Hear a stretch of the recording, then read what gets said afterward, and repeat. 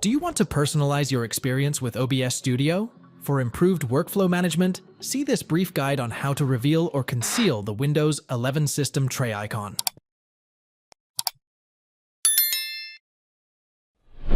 Launch the OBS Studio application on your computer.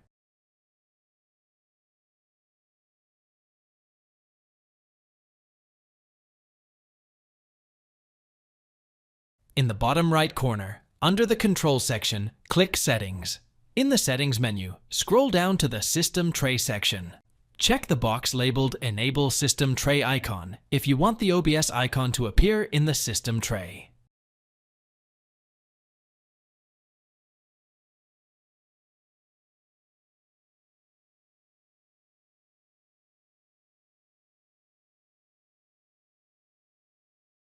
To further customize, enable Minimize to System Tray when started to send OBS to the tray on startup.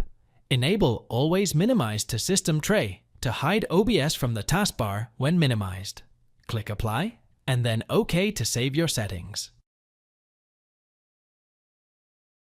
Thanks for watching. If it helps, make sure to hit like and subscribe.